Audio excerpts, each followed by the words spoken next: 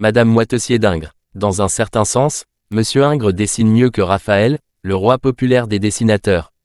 Raphaël a décoré des murs immenses, mais il n'eût pas fait si bien que lui le portrait de votre mère, de votre amie, de votre maîtresse. Baudelaire, Salon de 1846.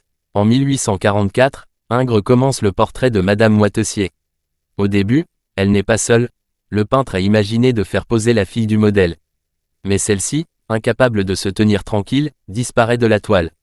Le temps passe, et Madeleine Ingres se meurt. Très éprouvé, Ingres délaisse ce portrait. Il ne le reprendra qu'en 1852, pour l'achever 4 ans plus tard. Entre-temps, en 1851, il en a réalisé un autre où l'on voit Madame Moitessier debout, qui se trouve à la National Gallery de Washington. Est-ce un portrait qu'a peint Ingres, ou bien un hommage à une robe et à des bijoux?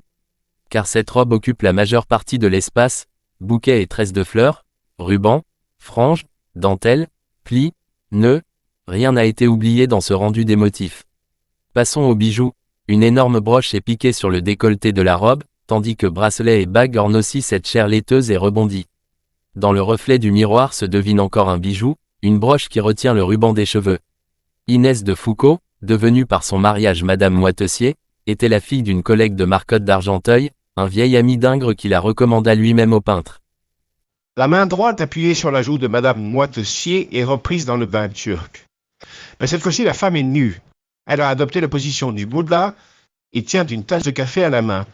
Cette pose est empruntée à une fresque pompéienne qu'Ingres avait fait copier par ses élèves, Hercule et Télèphe.